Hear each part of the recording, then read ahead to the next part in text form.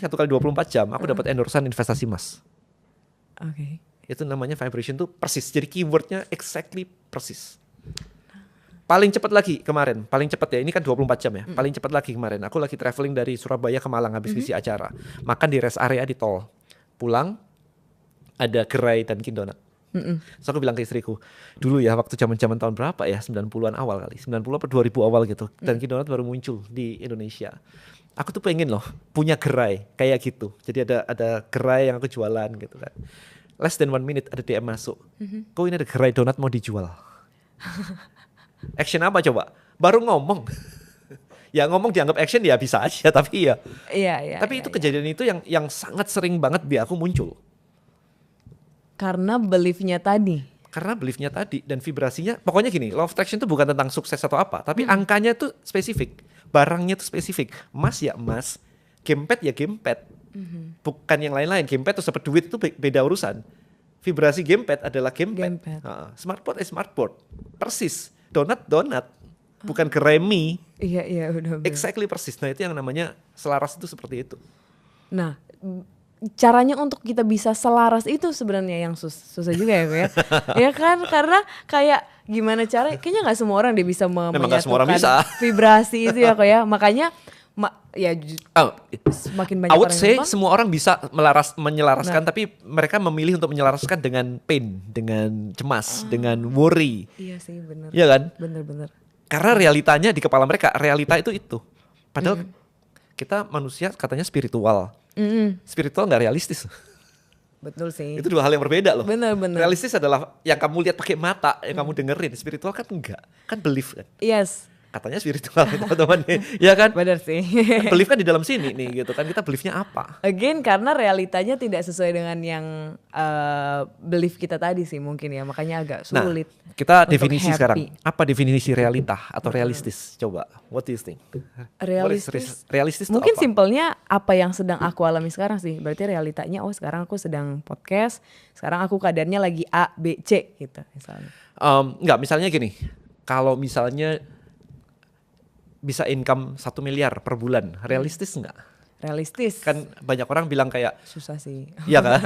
Nggak realistis. Nah pertanyaannya, jadi yang dimaksud dengan realistis itu apa? Apakah income 1 bulan itu tidak mungkin terjadi? Kan mungkin aja kan ya. Banyak orang juga mungkin yang punya income di atas 1 miliaran ada juga kan. Berarti realistis menurut si A, si B, si C adalah di kepala dia ini nggak mampu. Nggak bisa gitu kan, nggak bisa mencapai 1 miliar gitu kan. Nah pertanyaannya, kalau ini nggak mampu, bukan berarti income 1 miliar tidak realistis, hanya saja lu nggak punya knowledge-nya. Berarti kalau ngerti itu, berarti sebenarnya realistis adalah sesuatu yang kita cap sendiri, kita batasin sendiri. Kalau incomeku UMR, berarti itu adalah cap yang kita set sendiri dong. Ini nggak realistis. Kenapa nggak dibilang ini jadi goal aja? Tapi 5 juta ke 1 miliar gimana caranya? Iya, knowledge-nya mana? Ya knowledge-nya apa? Kalau nggak ada knowledge-nya semua nggak bisa dong. Gitu sih. Jadi buat aku mending kita set tanpa batas, tanpa identitas. Tapi kan aku nggak mampu. Loh ya butuh mampu apa? Butuh skill apa? Butuh network apa? Butuh apa? Di breakdown. Daripada kita limit. Tak gitu. Oh iya. The point adalah jangan melimit pikiran itu tadi ya, iya, jangan karena limit pertanyaannya limit tadi. itu datang dari mana? Limit datang lagi dari yang tadi di awal tuh, identity, belief, value, konsep gitu kan. Kan aku anak orang kampung nih, kalau anak orang kampung mana bisa begini? Nah, ini kan konsep sebenarnya. Bener. Emang nggak ada orang kampung yang sukses ya? Ada juga, banyak juga kok. Jadi ini kan sebenarnya jadi kita memiliki konsep-konsep yang ternyata membatasi diri kita sendiri. Bener.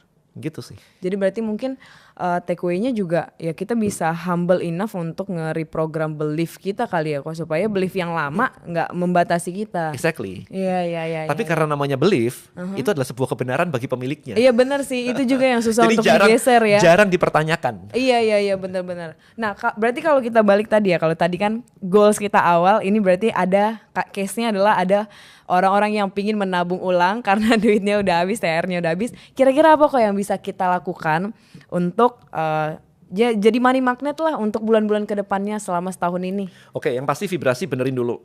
Ya. Satu, vibrasi benerin dulu. Jadi kalau mau pakai Brain Boost serah. Yes. Ya vibrasi benerin dulu. Terus gini, kemarin aku juga ditanya nih, ini gali lubang tutup lubang terus nih kok. Aku duitku gali lubang tutup lubang terus gitu. Nah Problemnya di mana? Karena kalau kita nggak tahu problemnya, kita nggak bisa beresinnya. Problemnya apakah expensesnya kegedean atau income-nya kekecilan? Dua hal yang berbeda nih. Kalau expensesnya kegedean atau pengeluaran kegedean, problemnya di mana? Ada orang yang pengeluarannya kegedean itu bukan untuk kebutuhan hidup, tapi untuk fulfilling dia, egonya dia. Atau dulu miskin banget, atau dulu pernah dihina keluarga, lu miskin lah dan sebagainya. Begitu punya duit, dia spending untuk menunjukkan ke keluarganya bahwa nih lo gue sekarang mampu. Nah berarti masalahnya adalah di psikologis kalau begitu. Bukan tentang income-nya, tapi income-nya berapapun akan dihabisin sama dia. Karena dia punya masalah psikologis. Nah ini yang perlu diperbaiki sebenarnya. Dia perlu berdamai dengan dirinya sendiri dan lingkungannya dia. Sehingga nggak perlu lagi untuk ngabisin duit untuk menunjukkan bahwa aku kaya loh. Itu nggak perlu lagi tuh di situ. Kalau problemnya di situ. Kalau problemnya di income-nya kekecilan, nah berarti cari tahu dong income yang lebih besar seperti apa. Lu maunya kayak apa? Do your research, ada AI, ada ChatGPT, whatever kan. Cari riset dong ininya seperti apa. Nah ketika kita ketemu misalkan, oh ternyata aku bisa bekerja ini yang income-nya 2 kali lipat atau 3 kali lipat. Butuh skill apa? Pelajarin. Iya. Gitu. Akan kesana sih. Sambil kita selarasin lagi. Jangan lagi ngomong aku susah, aku gak punya duit lah, ini mahal lah gitu. Cara paling gampang untuk ngetes vibrasi, ini buat tips buat teman-teman. Datang ke mall, masuk ke branded LV, Dior, Chanel, Gucci, whatever. Pakai. Rasanya apa? Kalau malu, minder dan sebagainya jelas gak selaras. Gampang. Karena itu area duit. Di mall itu area duit. Bahkan kadang orang takut kok. Takut malu, minder kan semuanya. Nanti kalau disuruh beli, gak ada nyuruh beli. Ya pasti semua orang nyuruh beli lah ya. Bener. Mau brand terkenal sampai brand paling jelek juga nyuruh beli. Udah, tapi kenapa lu mindernya di brand yang kuat? Nah itu berarti gak selaras. Iya. Itu takut cara juga mungkin ya. Maksudnya kan dilihatin gak bagus. Maksudnya kan minder itu kan ada brand ya pasti ya. Paling murah pun juga diliatin lah. Iya sih sebenarnya. Sama aja. Berarti tetap harus ada usaha ya kok ya. Kalau tadi dalam konteks apa nih? Untuk jadi money magnet berarti. Walaupun sudah vibrasinya selaras, tapi tetap aja ada usahanya kan untuk membreakdown tadi. I would say kalau memang ini bisa iya bisa enggak, karena aku enggak. Kan investmentku sekarang kayak misalnya investmentku gitu. Apakah aku ngerti detail semuanya? Dulu awalnya enggak. Ada partner yang datang. Tiba-tiba partner datang ngajakin, ini ada peluang investment di mana-mana, diajarin semuanya. Ya udah, taruh duit doang. Kalau taruh duit itu disebut action ya entah ya. Tapi aku bahkan nggak ngerti ini detailnya waktu itu. Actionnya seharusnya sebelumnya sih. Jadi memang berarti vibrasinya sudah oke. Tiba-tiba datang teman-teman tapi cerita gitu. Kepo juga kok. Maksudnya kok bisa memutuskan untuk memberikan untuk teman investment? aku percaya. Emang sudah teman yang percaya. Teman udah teman lama, kemudian udah kerja sama lama, kemudian tiba-tiba dia ada bisnis baru, ada investment dan sebagainya. Tiba-tiba kita ngobrol, beberapa kali ketemu, makan, ngobrol. Tiba-tiba ya udah, cobalah dikit. Oke. Gitu. Tapi aku ngerti detail nggak waktu itu? Ya nggak ngerti juga, coba aja gitu. Sekarang sih ngerti. Iya karena udah ngerti ya udah bertahun-tahun gitu kan. Bener. Tapi apakah ada action khusus aku mempelajari investment supaya enggak juga, tiba-tiba datang aja peluangnya. Oke. Tapi apakah ada hal yang aku perlu action? Ada. Ya ada juga macam-macam. Untuk menarik money juga ini dalam kalau misalkan konteks tadi, itu. Kadang-kadang gini, misalkan aku lagi stuck gitu ya. Udah selaras tapi kok kayaknya nggak moving, nggak bergerak gitu kan. Sometimes aku malah minta datengin mentor buat ngajarin aku supaya aku belajar. Jadi doanya adalah datengin mentor yang bisa bawa aku naik level lah, bawa aku incomeku naik 2 kali lipat lah gitu. By the way, correction, jangan nyebut income naik 2 kali lipat ya, karena bawah sadar nggak ngerti perkalian. Oh gitu. Oh terus apa dong? Angkanya langsung. Oh berarti kayak kalau 5 juta jadi 10 juta. Iya gitu. Sebutin 10 juta. Bawah sadar nggak ngerti perkalian. Income 100 juta. Oh gitu. Gitu. Jadi langsung sebutin aja, hadirkan orang yang bisa bawa atau bantuin aku bikin incomeku jadi 10 juta per bulan di akhir 2026 misalkan. Gitu. Itu di repeating terus itu mau tidur. Mau tidur. Yes. Oke. Gitu. Kalau misalnya berarti case aslinya mungkin ada orang yang gue pengennya tabungan gue 100 juta deh gitu. Ya. Gimana? Tapi misalnya duitnya masih UMR, gajinya masih UMR. Berarti apa yang harus dilakukan first thing firstnya? Kalau kita ngomongin dari sudut pandang law of attraction ya. Tinggal di set aja goalnya. Aku mau atau Tuhan hadirkan uang 100 juta di tabunganku. Diperkatakan berarti ya, yang gitu-gitu. Di tabunganku by tanggal sekian gitu. Sampai ada tanggal. Kalau bisa, tapi ini agak tricky sih. Kenapa? Trickynya begini. Pernah ada yang ngelakuin kayak begitu, ditransferin bosnya 500 juta. Kan dia minta 500 juta, transferin bosnya 500 juta, disuruh transfer orang lain besoknya. Lewat. Jangan lewat Kan aja dong. dia kan Harusnya bilang, kan stay ya buat kita. ownership-nya nggak ada. Bener. Tapi itu terkabul dong. Betul sih terkabul. Iya kan? Berarti more detail the better. Better. The more detail the Better. better. Oke. Apa yang nggak bisa kita lakuin? Atau mungkin ada yang don'ts-nya untuk kita bisa jadi money magnet? Biasanya problem paling besar yang sering aku temuin itu adalah satu, tidak spesifik. Oh iya. Angkanya nggak tadi spesifik ya. Itu sama sekali kayak aku mau kaya gitu. Itu nggak spesifik. Mungkin kamu juga udah cukup kaya dibandingkan pengemis di jalan. Iya. Clear Kalau ngomongin gitu angka kan. sih iya. Jadi please be spesifik. Kedua, biasanya paling parah adalah berharap. Yang tadi, semoga ya ini. Jadi doanya pakai semoga. Jangan semoga harusnya. Berdoalah seperti kita sudah menerima ya. Iya. Ada sih itu, it's written. Enggak, kalau feeling rasanya seperti sudah menerima. Kalau feeling itu perlu ngerasain kayak sudah punya. Karena kalau belum punya kan berarti itu yang vibrate kan itu kan ya. Tapi kalau berdoa aku pakai kata perintah, hadirkan. Oh. Aku lebih suka pakai. Karena kalau nggak tahu ya teman-teman ya, kalau misalkan bahkan aku di Katolik pun kan doa Bapa kami pakai kata perintah. Datanglah kerajaanmu, berikan Iya, rezeki dan seterusnya itu kan kata perintah semua. Jadi nggak ada yang salah dengan itu sih. Oke. Jadi jangan berharap. Iya. Gitu. Semoga berarti itu kan vibrasinya negatif sekali. Vibrasinya berkekurangan. Itu yang jangan sih. Hadirkanlah ya. Itu don't deh. Oke, kalau misalnya orang lagi di masa-masa menunggu nih kok, berarti kan dia udah mulai melakukan vibrasi lah, maksudnya mau menyelaraskan dan segala macamnya. Tapi memang kan mungkin nggak ada yang instan, kayak ya kan case-nya kan tidak semuanya orang langsung dikasih. What should we do? Sebentar, koreksi dulu, jangan pakai tidak ada yang instan. Ada yang instan Ada yang kayak aku instan. 1 menit Iya, tadi benar. kan. Tapi it jangan doesn't di lock, apply. jangan di lock. Oh gitu. iya, sure. Karena kadang-kadang kita jadi memiliki apa ya, belief bahwa love attraction itu susah, love attraction itu apa. Belief itu mengganggu loh. Gitu. Itu dihilangin aja beliefnya itu. Tapi pertanyaannya adalah ketika kita sedang menunggu, terus kita ngapain? Kita ngelakuin apapun yang kita lakuin setiap harinya aja, gak usah dipikirin. Ntar tiba-tiba muncul sendiri kok. Jadi melakukan, jangan diharap-harapin banget berarti. Iya. Kayak kemarin aku makan siang sama temen gitu. Terus dia bilang, kok iya sama kok. Aku udah law of attraction pakai Ferrari kok nggak dapat ya Ferrari ya gitu ya. Tapi ternyata dia itu sering dipinjemin temannya Ferrari. Sebentar, aku bilang doamu kan pakai kan, bukan punya kan. Iya pakai. Nah kan lu udah pakai. Oh iya benar. Dia pikir benar juga ya. Gue udah ganti-ganti mau pakai Ferrari, mau pakai apa gitu. Kemarin dia cerita beberapa sport car temennya gitu. Ya sudah, lu udah pakai, udah terkabul. Nggak detail tadi ya doanya. Bukan ownership, lu bilangnya udah pakai, lu udah pakai. Makanya pakai ya. I see. Tapi intinya adalah lakuin hidup seperti biasanya. Yang doa kita tadi anggap sudah ada aja, udah datang aja. Oke. Tapi kan belum datang, ya udah pura-pura datang aja.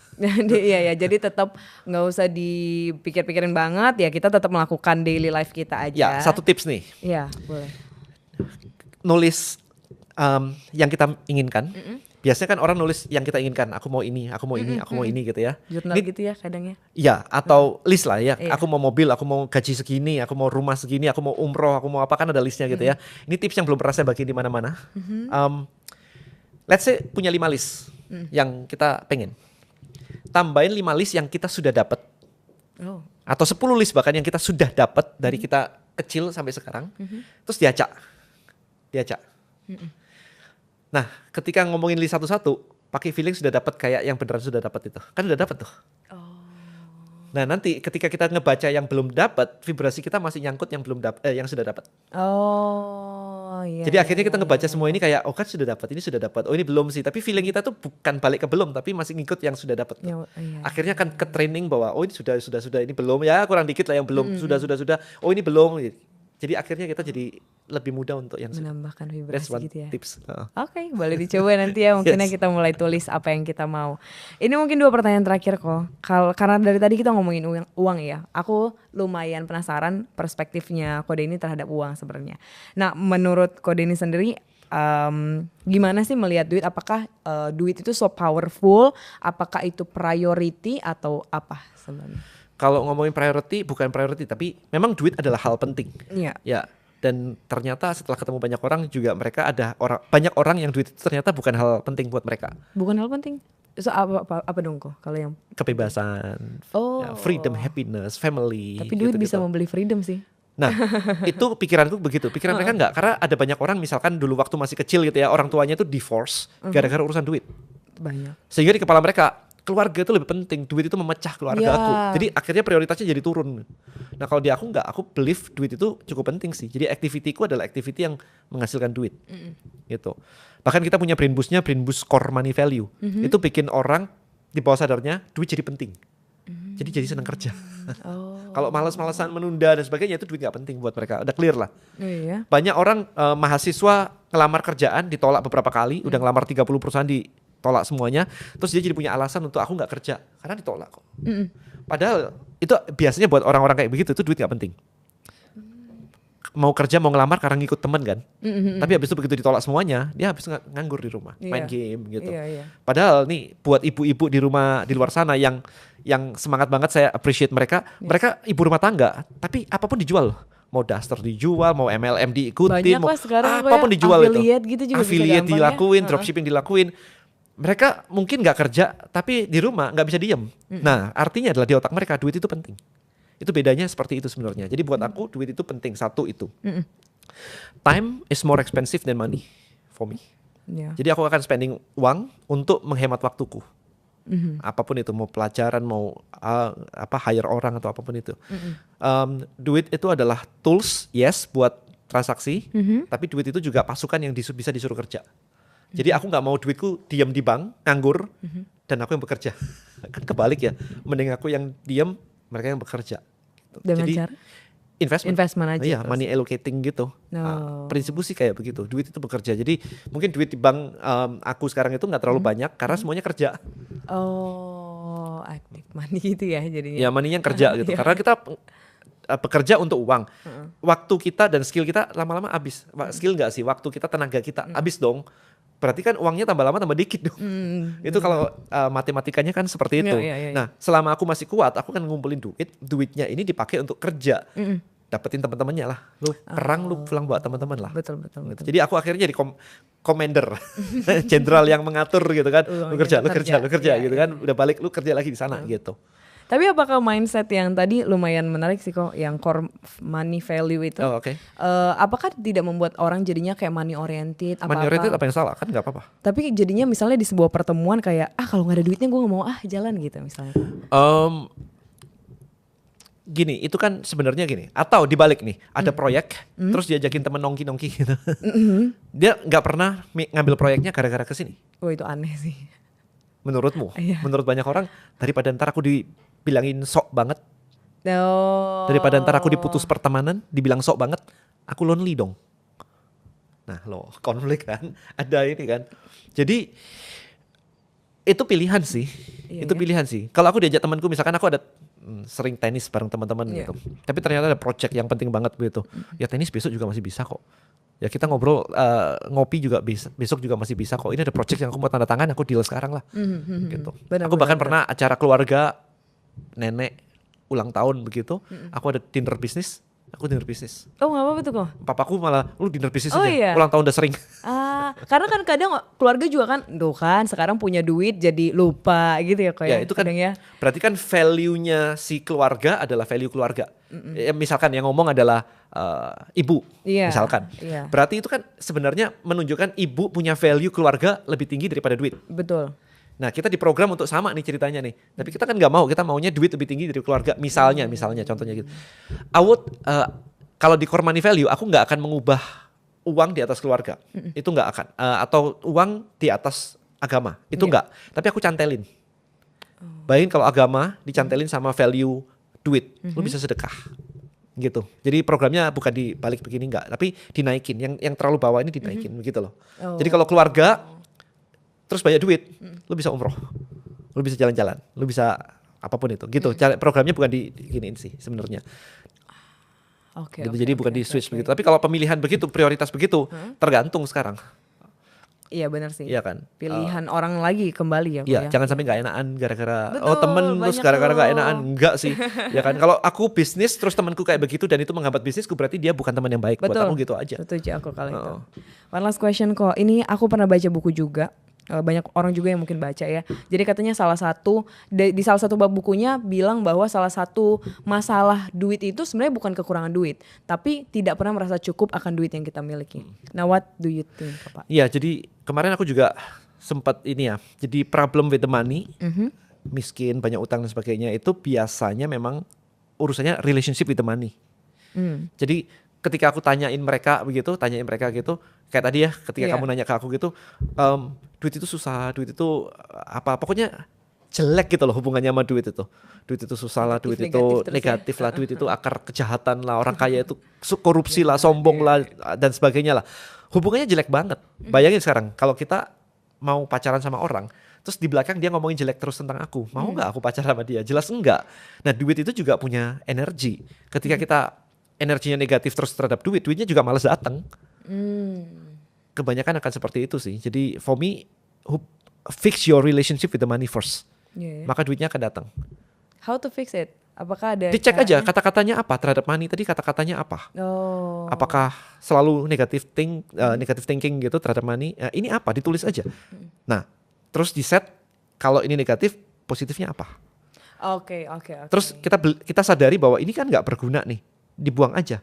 Kita mulai lihat teks yang ini nih. Duit adalah tools, duit adalah apa, supportingku, duit adalah bisa membantu aku sedekah lebih banyak dan seterusnya kayak begitu. Duit akan membuat aku menjadi orang yang lebih berguna, bermanfaat buat lingkunganku. Nah, ini semua yang di-believe-in gitu. Dan dipraktikkan juga ya. Iya, jadi diambil, ini dihapus nih atau kertasnya disobek begitu, yang ini buang tempat sampah atau dibakar. Nah, ini dibaca tiap hari. Tiba-tiba hubungannya akan berubah. Iya. Nanti akan berubah hidupnya. Yes, setuju. Karena aku pernah dengar juga kok. Karena kan dulu orang tuh kalau misalnya udah punya duit, terus misalnya harus bayar cicilan atau bayar bills lah ya yang memang harus kita bayar, kan kesannya kayak aduh duit gue nih keluar untuk listrik. Jadi mungkin bisa diubah kayak oh terima kasih karena aku udah bayar listriknya jadi hidup gitu ya. Yes. Jadi lebih positif. Kita ngasih kerjaan buat orang lain, makan kan kita ngasih nafkah, makan kita ngasih ya income buat mereka juga, kan hidup mereka gitu-gitu. Jadi duit itu mesti ngalir kayak blood flow gitu loh. Begitu kita stuck di kita itu juga sakit nanti kita. Makanya di agama diajari sedekah juga biar keluar. Bener. Tetap biar keluar begitu. Oke. Banyak insight-nya, luar biasa kok. Semoga bisa dipraktekkan dan semoga yang dengar benar-benar bisa kita tabung lah ya duit-duit kita ataupun income-nya lebih banyak hopefully. Thank you so much Ko for coming. Thank you so much udah sharing juga. Sukses untuk Brain Boost-nya. Terima kasih banyak dan terima kasih banyak juga teman-teman. Sampai ketemu di episode selanjutnya. Bye.